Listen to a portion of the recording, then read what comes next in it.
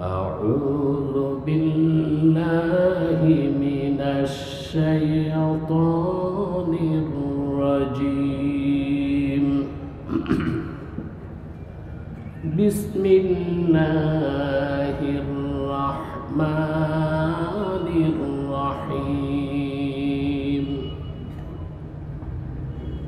ألف لام را كتاب أنزلناه إليك لتخرج الناس من الظلمات إلى النور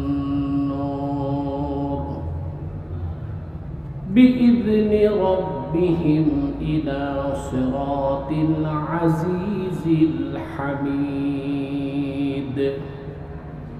الله الذي له ما في السماوات وما في الأرض وويل للكافرين من عذاب شديد الذين يستحبون الحياة الدنيا على الآخرة ويصدون عن سبيل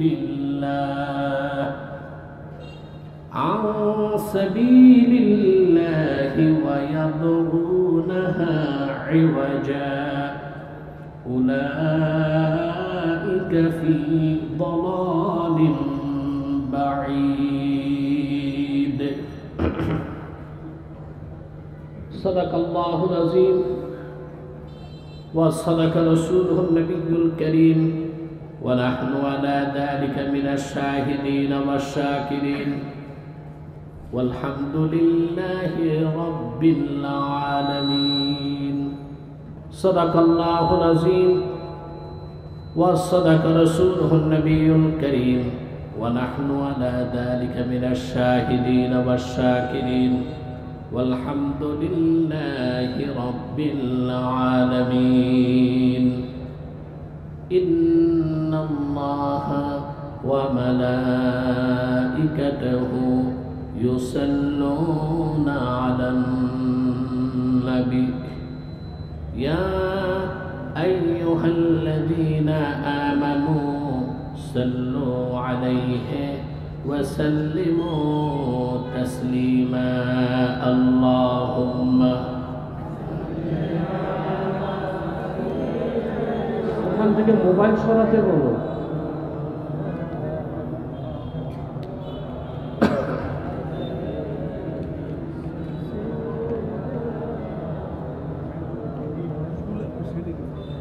থাক আপনাদের দরুদ শরীফ পড়তে কৃপণতা না ক্লান্তি?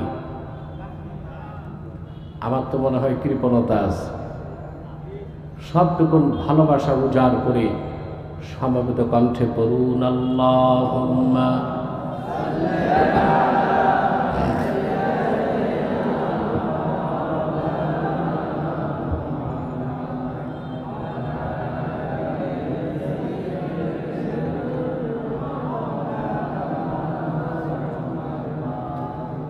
فهو الذي تم معناه وصورته ثم اصطفاه حبيبا بارئ النسم اللهم صل على سيدنا مولانا محمد وعلى آله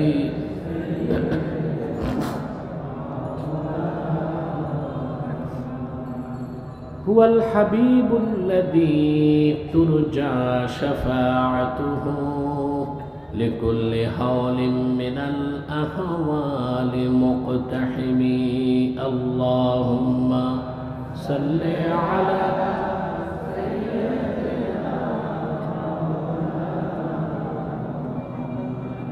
وعلى آله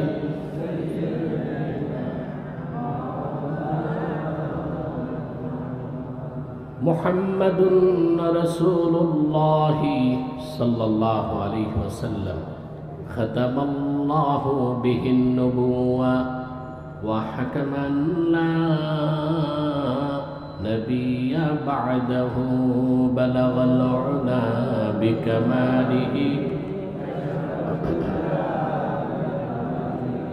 حسنت جميع خصاله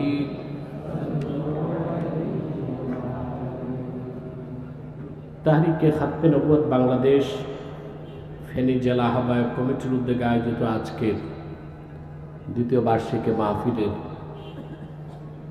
সম্মানিত সভাপতি হাজারাত উলামায়ে কেরাম, তুলাবায়ে এজাম,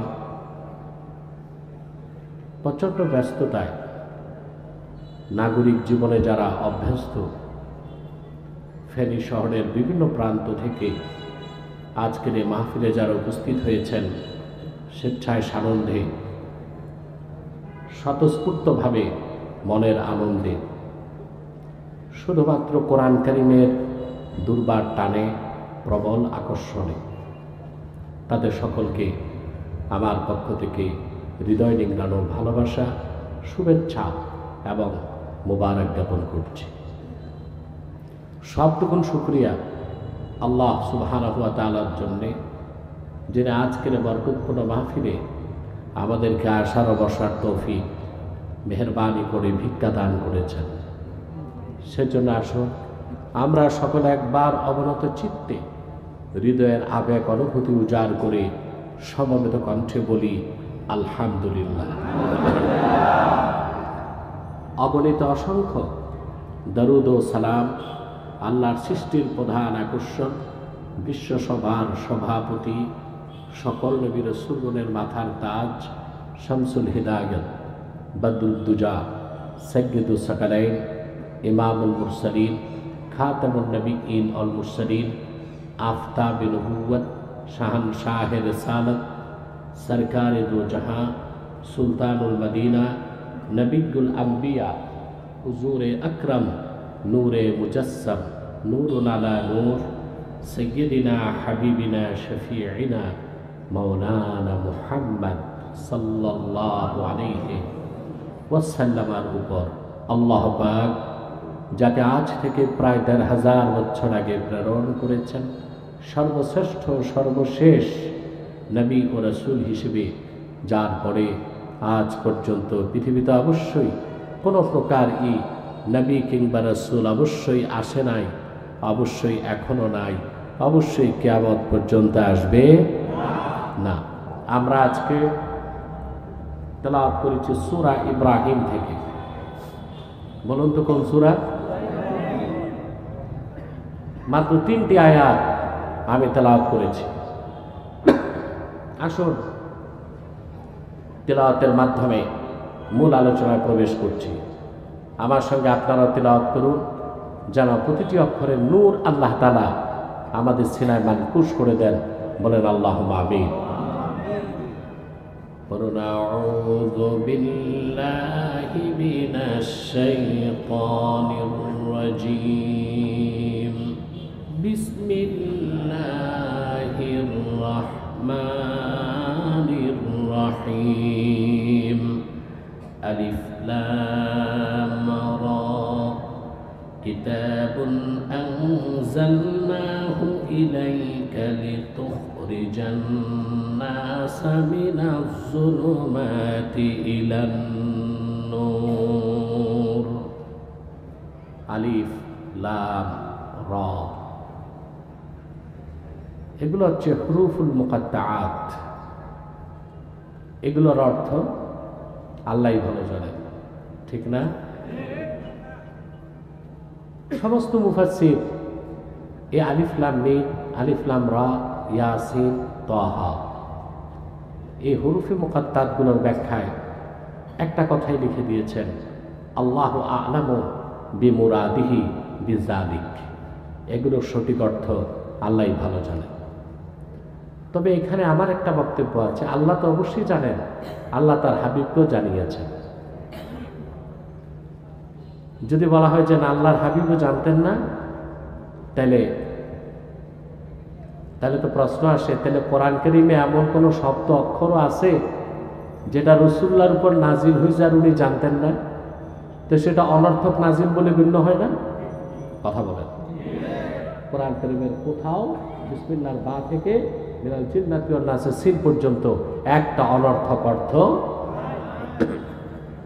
আল্লাহ পাক কোরআন কারীমে নিজেই বলে দিয়েছেন, লা তুহাররিক বিহি লিসানাকা লিতা'জালা বিহি ইন্না আলাইনা জামআহু ওয়া কুরআনাহু ফাইযা ক্বরা'নাহু ফাত্তাবি' কুরআনাহু সুম্মা ইন্না আলাইনা বায়ানাহু। মুহাম্মদ সাল্লাল্লাহু আলাইহি ওয়াসাল্লাম, আপনি কোরআনকে আত্মস্থ করার জন্য আপনার জিহ্বা মোবারক দ্রুত সঞ্চালন করবেন না, দরকার নাই। যখন আমি কোরআন নাজিল করব আপনি শুধু শুনবেন। এই কোরআন আপনার সিনায় জমা করার দায়িত্ব আমার, আর ব্যাখ্যা করে দেবার দায়িত্ব আমার। আরে বাবা, পুরুষের কণ্ঠে বলো সুবহানাল্লাহ। এখন মনে হলো একটা মাহফিল হচ্ছে।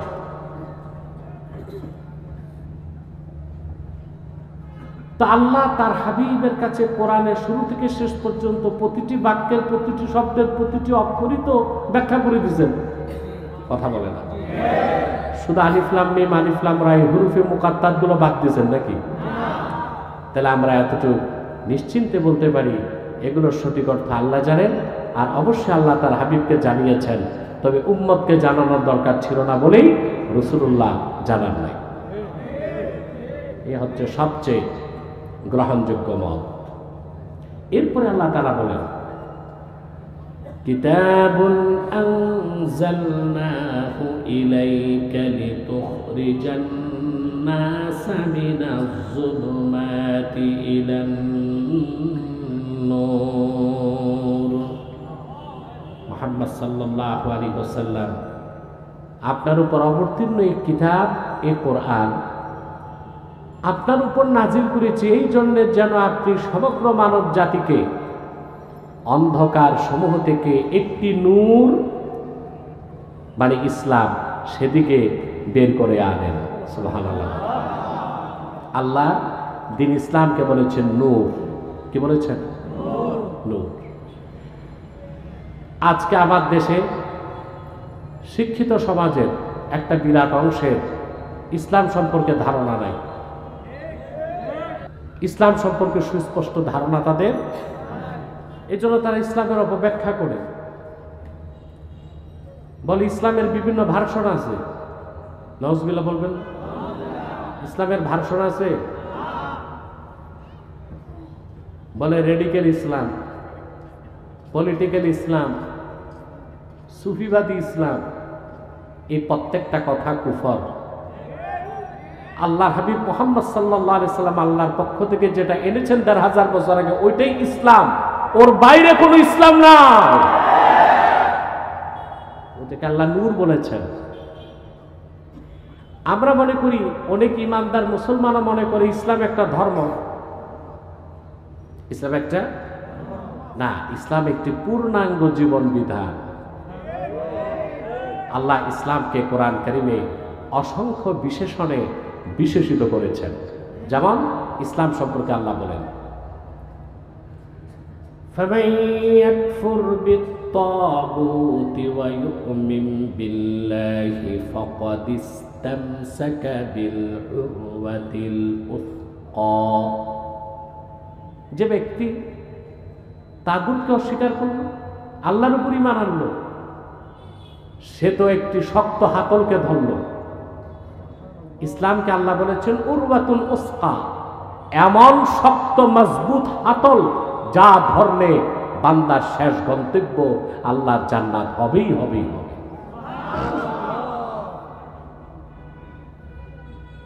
ইসলামকে আল্লাহ রাব্বুল আলামিন অন্যত্র নূর বলেছেন, আল্লাহু ওয়ালিয়্যুল্লাযীনা আমানু ইউখরিজুহুম মিনায-যুলুমাতি ইলান নূর। ঈমানদারদের অভিভাবক হচ্ছেন আল্লাহ। আল্লাহ তাদেরকে অন্ধকার সমূহ থেকে বের করে নূরের দিকে নিয়ে আসেন। ওই নূর কি? ইসলাম। জোরে বলেন। আল্লাহ তাআলা ইসলামকে শুধু নূর বলেন নাই, নূরুল্লাহ বলেছেন। ইসলাম হচ্ছে আল্লাহর নূর। আল্লাহু আকবার।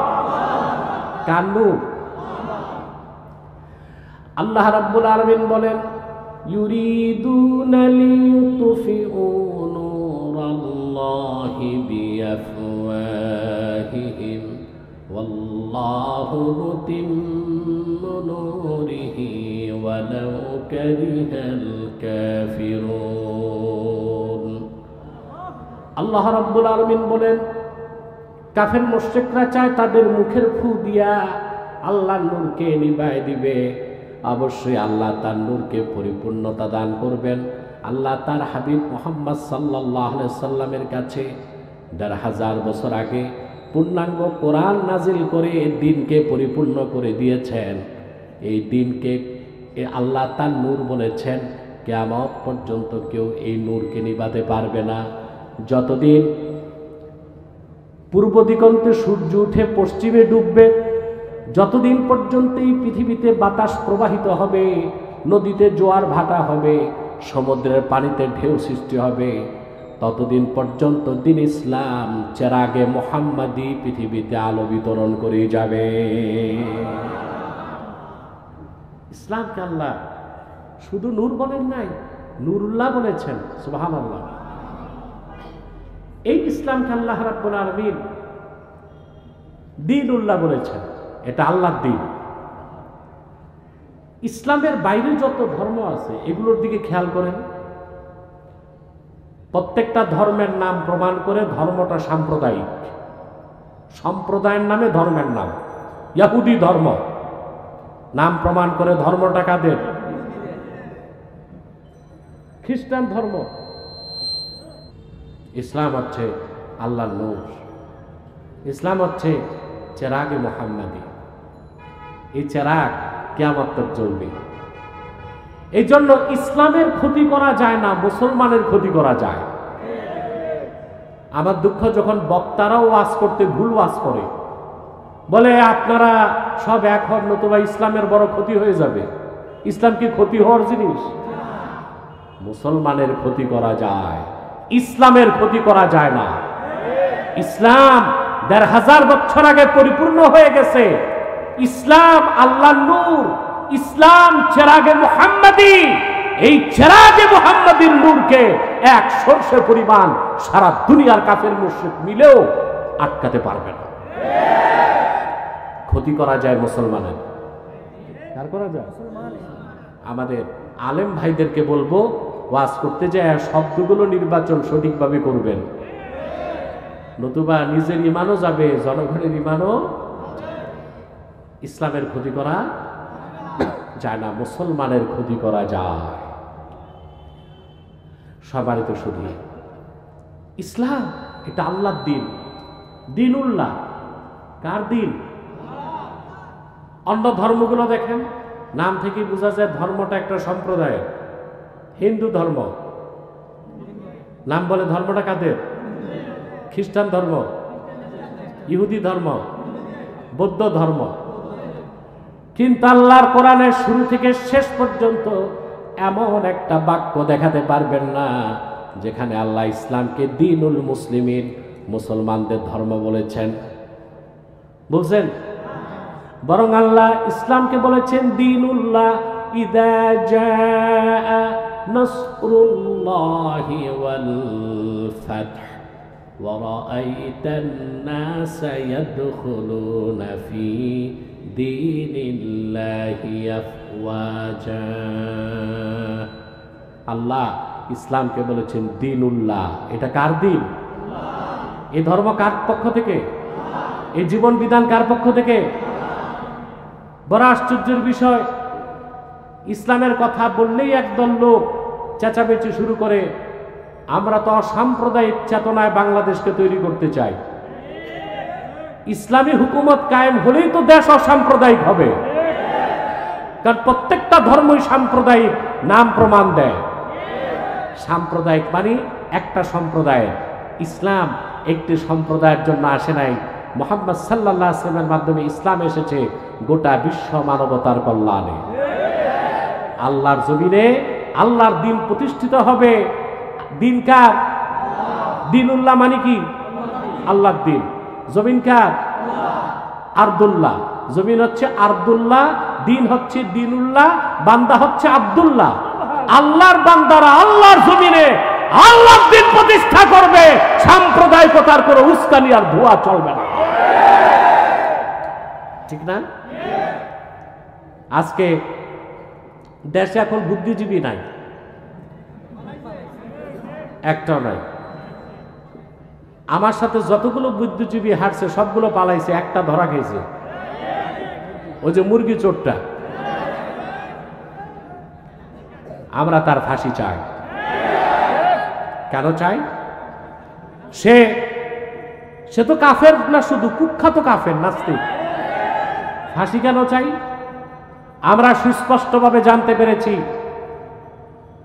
1971 সালে পাকিস্তানিরা যখন আমার দেশে নিরীহ মানুষকে গুলি করে হত্যা করেছে, এই শাহরিয়ার কবির তখন পাকিস্তানিদের ক্যাম্পে দেশি মুরগি সাপ্লাই দিয়া তাদের এনার্জি ক্রিয়েট করত।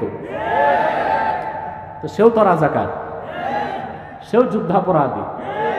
শুধু দাড়িওয়ালা টুপিওয়ালা পাইলি যুদ্ধাপরাধী বলছো, তা চলবে না। যারা এই যুদ্ধের বিরোধিতা করেছে স্বাধীনতার, তারাই যুদ্ধাপরাধী। শাহরিয়ার কবিরকে যুদ্ধাপরাধী হিসেবে ফাঁসি কাস্টে ঝোলাবার দাবি জানাচ্ছি আমি।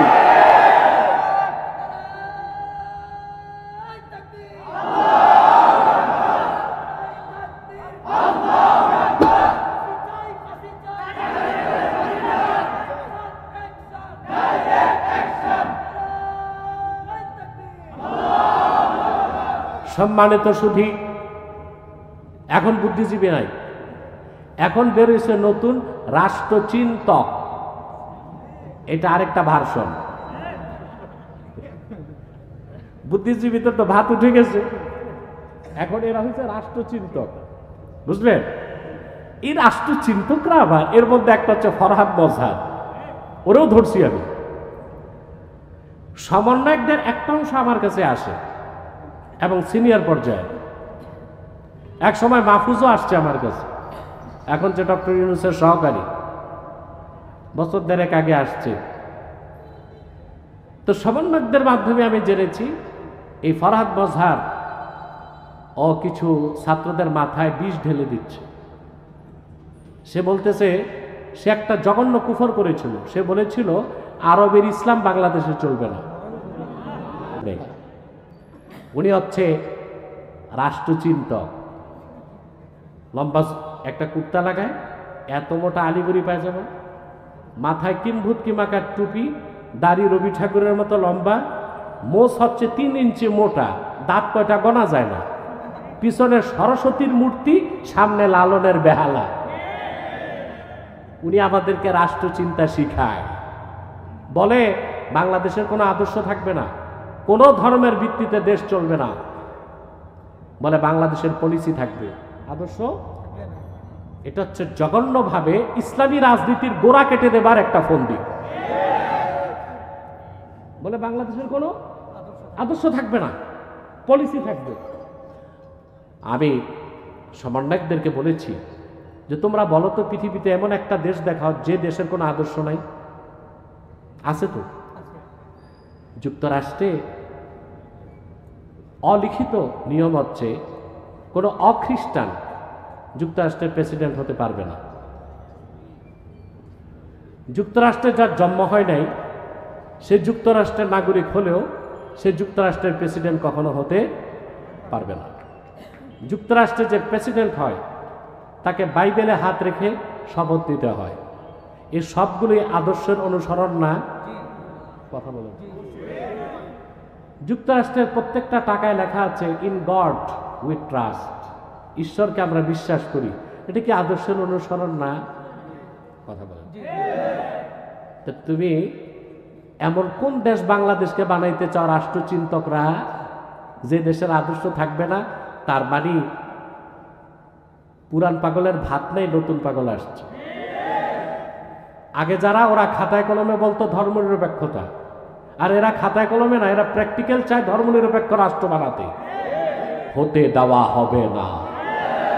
শুধু ছাত্র জনতার রক্তে বিপ্লব সাধিত হয় না, 2013 সালে অসংখ্য আলেম ওলামা রক্ত দিয়েছে মাঠে, পরবর্তীতে আলেমরা নির্যাতনকে সহ্য করেছে, মাঠে ময়দানে বক্তব্য দিতে যে বাধার সম্মুখীন হয়েছে।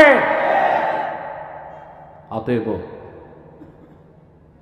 বাংলাদেশে আলেম ওলামার সিদ্ধান্ত আর ইসলামপন্থীদের মতের বাইরে কোনো আদর্শবিহীন সেকুলার রাষ্ট্র নতুন করে তৈরি করার জন্য কোনো সিদ্ধান্ত গ্রহণ করতে দেওয়া যাবে না।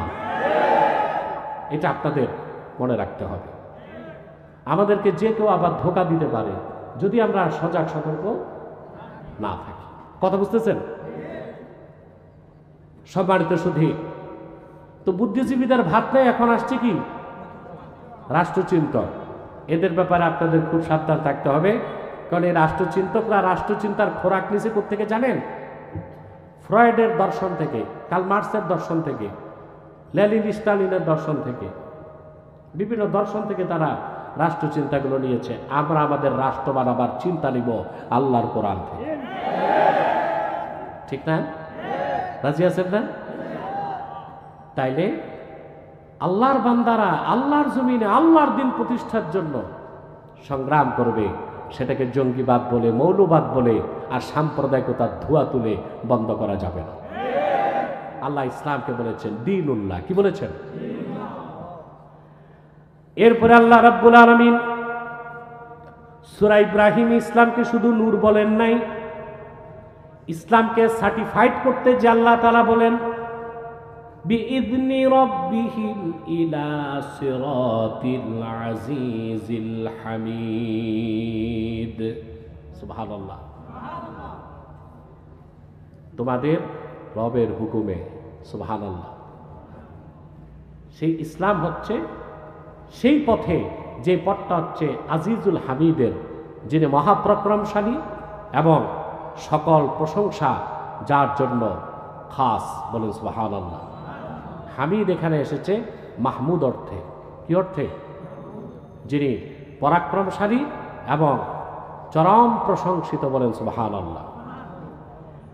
আজিজ শব্দের অর্থ এখানে শুধু পরাক্রমশালী করলে অর্থ পুরাপুরি হয় না। ইমাম রাজি তাফসির কবিরে আজিজ শব্দের অর্থ লিখেছেন, আজিজ হচ্ছে আল্লাযী লা ইউজাদু লাহু মিসলুন, আকাশ ও জমিনে যার কোনো সমকক্ষ। সুবহানাল্লাহ। যার কোনো মেসাল। এই জন্য আহলুস সুন্নাহ ওয়াল জামাতের আকীদা قد أجمع العلماء من أهل السنة والجماعة أن الله عز وجل منزه من الجسم। আহলুস সুন্নাহ ওয়াল জামাতের সমস্ত আলেম একমত, সকল আকারের স্রষ্টা আমার আল্লাহ নিরাকার। এই জন্য ওনার একটা সিফত হচ্ছে আজিজ। বলেন সুবহানাল্লাহ। হামিদ। সুবহানাল্লাহ। যিনি যার প্রশংসা করা হয়, যিনি প্রশংসার দাবিদার। বলেন সুবহানাল্লাহ। এরপর আল্লাহ বলেন আল্লাহিল্লাযী লাহু মা ফিস সামাওয়াতি ওয়া মা ফিল আরদ। তিনি তো আল্লাহ, যিনি আজিজ, যিনি হামিদ, যিনি ইসলাম দিয়েছেন, যিনি কোরআন নাজিল করেছেন, যিনি মুহাম্মদ সাল্লাল্লাহু আলাইহি সাল্লামকে সর্বশ্রেষ্ঠ সর্বশেষ নবী ও রাসূল হিসেবে প্রেরণ করে দিন ইসলামকে পরিপূর্ণ করেছেন। তিনি আল্লাহ। সে আল্লাহর পথ ইসলাম। আল্লাযী লাহু মা ফিস সামাওয়াতি ওয়া মা ফিল আরদ। আকাশ জমিন ও এতদূর বয়ের মাঝে যা কিছু আছে এই সব কিছুর মালিকানা তার। মালিকানা কার?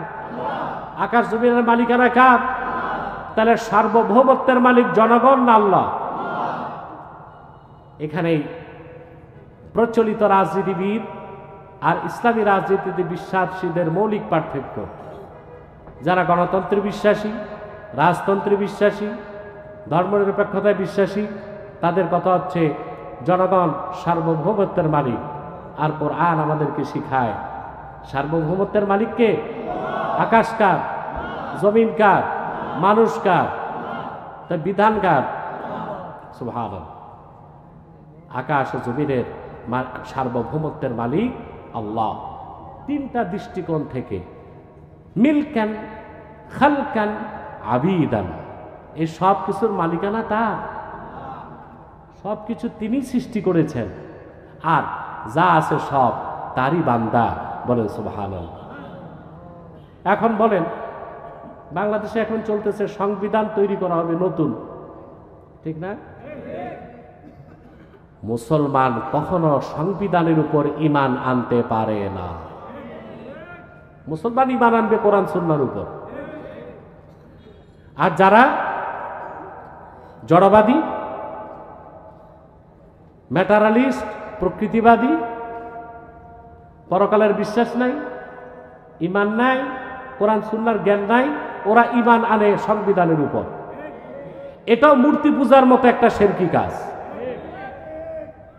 কারণ যারা মূর্তি পূজা করে, মূর্তি ওরা নিজেরাই বানায়, তারপর ওটার উপর ঈমান আনে। আর যারা সংবিধানের উপর ঈমান আনে, তারা নিজেরাই সংবিধান লেখে, তারপর নিজেরাই সংবিধানের উপর ঈমান আনে। এটা অনেকটা মূর্তি পূজার মতো না? কথা বলে না। এখন এই কথাগুলো বললে বলবে এসব তো মৌলবাদী কথা। এগুলি তো তাওহীদের পক্ষে সুস্পষ্ট বক্তব্য। আর এগুলো হচ্ছে রাজনৈতিক শিরক। পৌত্তলিকরা, হিন্দুরা দেখবেন নিজেরাই মূর্তি বানায়, তারপর মূর্তির উপর কি করে? ঈমান আনে।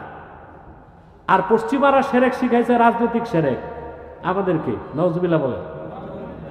এই এমপিরা বসে সংবিধান বানায়, তারপর সংবিধানের উপর ঈমান আনে। কথা বলে। আরে মুসলিম স্টেটে সংবিধান থাকতে পারে, তবে সেটার উপর ঈমান আনা যাবে না। আর এদের ঈমান আনতে হয়, প্রথমেই শপথ করে এই সংবিধানকে আমরা বিশ্বাস করব, সংবিধান মোতাবেক চলব। আর আমরা বলি কোরআন হাদিসকে বিশ্বাস করব, কোরআন হাদিস মোতাবেক চলবো, রাষ্ট্র চালাবো। এ হচ্ছে আমাদের সাথে ওদের মৌলিক পার্থক্য। আমাদের রাষ্ট্রের চিন্তা কি আর ওদের রাষ্ট্রের চিন্তা কি এখন বুঝেন। ওরা হচ্ছে রাষ্ট্র চিন্তক। আমার সবচেয়ে দুঃখ, বাংলাদেশে আলেম ওলামার স্কলারের অভাব নাই, কিন্তু বর্তমানে যে চান্স পেয়েছে আলেমরা, সুযোগে কাজে লাগাচ্ছে না। এই কথাগুলো এখনই জনগণকে বুঝাবার সময় ছিল। এখন যদি হাত ছাড়া হয় চান্স, 50 বছরও আলেমদের পক্ষে এইরকম চান্স আসার সম্ভাবনা। এটাই ওলামায়ে কেরামকে বোঝাবার চেষ্টা করছি। কিন্তু আলহামদুলিল্লাহ অনেক আলেম আছেন যারা উদার মনের এবং বিজ্ঞ বিচক্ষণ, কিন্তু অধিকাংশই বুঝার চেষ্টা করছে। একটা কথা বলি আপনাদের, বলবো? অনেক রাত হয়ে গেছে। হযরত ওমর রাদিয়াল্লাহু তাআলা আনহু ইসলাম গ্রহণের পর তিনি বলেছেন, কুন্না ফিল জাহিলিয়াতি নাসনাউল আসনামা বিল আজওয়া। হযরত ওমর বলেন, আমরা ইসলাম গ্রহণের আগে জাহিলি যুগে খেজুর দিয়ে মূর্তি বানাইতাম। কি দিয়ে?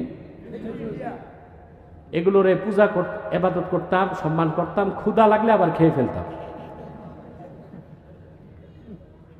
ক্ষুধা লাগলে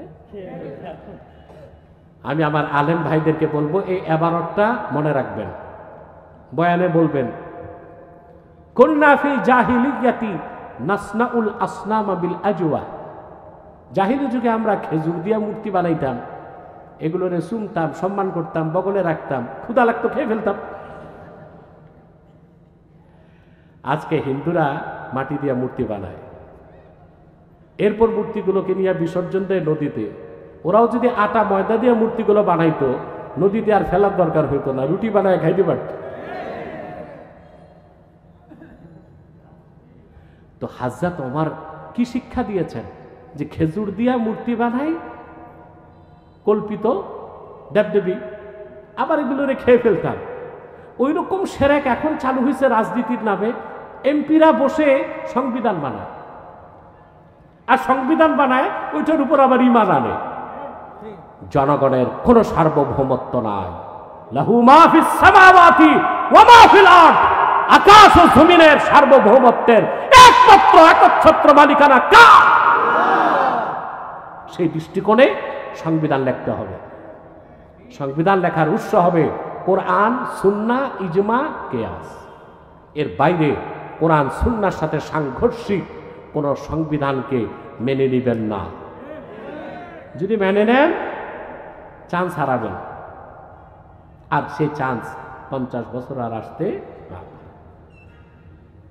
এরপর আল্লাহ রাব্বুল আলামিন বলেন ওয়াওয়াইলুল লিল কাফিরিনা মিন আযাবিন শাদীদ, কাফেরদের জন্য প্রচন্ড দুর্ভোগ, যাদের জন্য রয়েছে সীমাহীন শাস্তি, কঠিন শাস্তি।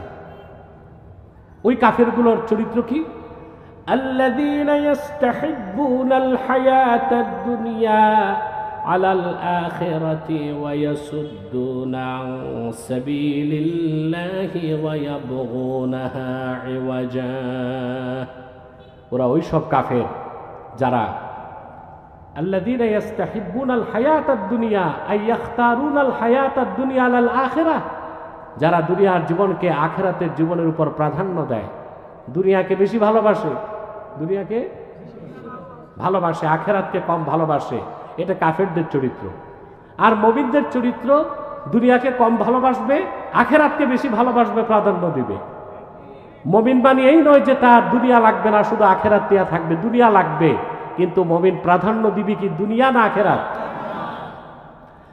আল্লাহ রাব্বুল আলামিন বলেন রিজালুন লা তুলহিহিম তিজারাতুন ওয়ালা বাইউন আন যিকরিল্লাহি ওয়া ইকামিস সালাতি ওয়া ইতাইজ যাকাতি ইয়াখাফুনা ইয়াওমান তাতাকাল্লাবু ফীহিল কুলুবু ওয়াল আবসার। আল্লাহ পাক বলেন মুহাম্মদ সাল্লাল্লাহু আলাইহি ওয়াসাল্লামের উম্মতের মধ্যে এমন কিছু মানুষ আছে, ব্যবসা বাণিজ্য, চাকরি বাকরি, লেনদেন, অর্থনীতি, রাজনীতি, যাদেরকে আল্লাহর জিকির থেকে গাফেল করতে পারে না, বরং তারা সময় মতো নামাজ পড়ে, সময় মতো গুনে গুনে যাকাত আদায় করে, আর সেই দিনের ভয়টা অন্তরে রাখে, যেই দিন আল্লাহর ভয়তে গোটা মানব জাতির অন্তরসমূহ আর চক্ষুগুলো কম্পন করতে থাকবে। আল্লাহ বলেন যে আউলিয়া কেরামকে, আলেম ওলামাকে বলেন নাই যে শুধু মসজিদ মাদ্রাসা নিয়ে থাকবে, শুধু খানকা নিয়ে থাকবে, শুধু মাহফিল করবে, জিকির করবে, এটা বলেন নাই। আলেম ওলামাকেই নেতৃত্ব নিতে হবে, সমাজের কর্তৃত্ব স্থাপন করতে হবে সমাজ ও রাষ্ট্রে। ভালো মানুষরা যখন দেশের নেতৃত্ব আর কর্তৃত্ব নিবে, তখন দেশে দুর্নীতি থাকতে পারে না, সুদ ঘুষ থাকতে পারে না, সুষম বন্টন হবে, সবাই নাগরিক অধিকার পাবে। আমরা কি এগুলো পেয়েছি 50 বছরে? 47-এর আগে তো পাই নাই। ইংরেজ কুত্তাদের নির্যাতন ছিল, তারপর দেশ স্বাধীন হলো, 24 বছর পাকিস্তানিরা নির্যাতন করলো, তারপর 71 সালে দেশ স্বাধীন হলো। এই 50 বছরে জাতীয়তাবাদীরা, ধর্মনিরপেক্ষতাবাদীরা শুধু জাতিকে ধোঁকাই দিয়েছে আর নির্যাতন করেছে, দুর্নীতি করেছে, লুটপাট করেছে, দেশের টাকা বিদেশ পাচার করেছে। এখন আল্লাহওয়ালা বুজুর্গ মানুষগুলোকে সামনে বাড়ায় দেন, খেলাফা প্রতিষ্ঠা করেন। কি খেলাফা প্রতিষ্ঠা করেন? গণতন্ত্রের মাধ্যমে মুসলমানের পূর্ণ মুক্তি আসতে। আচ্ছা বলেন তো, গণতন্ত্র কোন দেশ থেকে শিখছে পৃথিবীর মানুষ? আমেরিকা। আমেরিকাকে বলা হয় দ্য মাদার অফ ডেমোক্রেসি, গণতন্ত্রের প্রসূতি। সে আমেরিকায় কি গণতন্ত্র আছে? প্রমাণ আপনারা জানেন, আমেরিকাতে নির্বাচন হয়, ভোটাভুটিও হয়, কিন্তু পাস ফেল নির্ধারণ করে ইলেকটোরাল কলেজ। আমেরিকাতে 538 জন ইলেক্টর আছে। ইলেক্টর মানে নির্বাচক। কতজন? 538 জন। এটাকে বলা হয় ইলেকটোরাল কলেজ। এই ইলেকটোরাল কলেজের সমর্থন যে বেশি পাবে, ভোট কম পাইলেও সে প্রেসিডেন্ট। কথা বলেন। কিন্তু প্রেসিডেন্ট ট্রাম্প ভোটও বেশি পাইছে আর ইলেকটোরাল ভোটও বেশি পাইছে। আমি যতটুকু শুনেছি 279টা পার হয়েছে, তার সে পাস করছে। এটা নিয়ে আমার একটা লেকচার আছে, কেন নারীদেরকে তারা প্রেসিডেন্ট বানায় না, সেটা একটা লেকচার আছে, আপনারা অনেকে দেখেছেন হয়তোবা। এখন আপনারাই বলুন, এই যে জনগণের ভোটে নেতা নির্বাচন করা গণতন্ত্র, কিন্তু জনগণের ভোটে ভোট বেশি পাইলেও নেতা হওয়া যাবে না। ইলেকটোরাল ভোট, ওইটাই নেতা হইতে হয়। ওইটা অনেকটাই আমাদের খেলাফা পদ্ধতির অনুসরণ না? কথা বলে। খেলাফা তো এটাই শিখায়। ভালো মানুষরা সবচেয়ে জ্ঞানী গুণীদের দিয়ে সিলেকশন বোর্ড করবে মজলিসে শুরা, আর মজলিসে শুরায় সবচেয়ে ভালো মানুষকে নেতা বানানো হবে। ওরা যে নির্বাচন দেয় সারা দেশে, পপুলার ভোট যেটা, ওটা হচ্ছে গণতন্ত্রের জাত রক্ষায় আইওয়াস। আসলে দেশের স্বার্থে নেতা বানায় কারা? ইলেক্টর, নির্বাচক যারা, ওই ইলেকটোরাল কলেজের মাধ্যমে তারা প্রেসিডেন্ট বানায়। আর এই যে ভোটাভুটি দেখায়, এটা হচ্ছে নিছক আইওয়াস। তাহলে ওখানেও তো গণতন্ত্র নাই। আসলে খেলাফার মাধ্যমেই মুক্তি আসতে পারে আমাদের। আমরা পারবো না ইনশাল্লাহ? কাজ আমাদের, সাহায্য কে করবেন? আল্লাহ যেন আমাদেরকে কবুল করেন, মঞ্জুর করেন।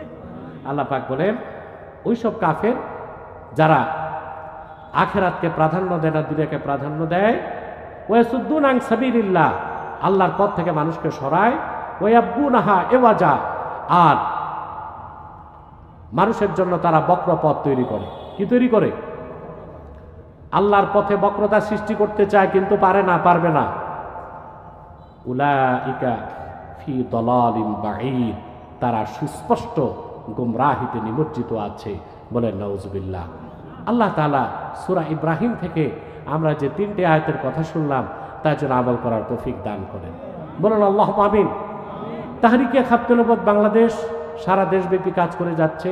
ফেনীতে আমি আহ্বায়ক কমিটি দিয়েছি, এখানে আমার সনদন্য জাহিদ আছে, আরও অনেকে আছে। তাদেরকে নিয়ে আপনারা পূর্ণাঙ্গ কমিটি করুন, এবং আপনাদের এটা ইমানি দায়িত্ব হিসেবে খাদ্য নবুয়তের আন্দোলনে সামিল হওয়া উচিত। ঠিক কিনা বলেন? আল্লাহ যেন আমাদের সকলকে তৌফিক দান করেন। বলুন আল্লাহুম্মা আমিন। আসুন আমরা মুনাজাত করব, একটু সালাতু সালাম পড়ে নেব, যেন আল্লাহ আমাদের দোয়াকে কবুল করেন। আদবের সাথে সালাতু সালাম করুন, তারপরে মুনাজাত হয়ে যাবে। সাল্লাল্লাহু আলা মুহাম্মাদুর রাসূলুল্লাহ সাল্লাল্লাহু আলাইহি ওয়াসাল্লাম।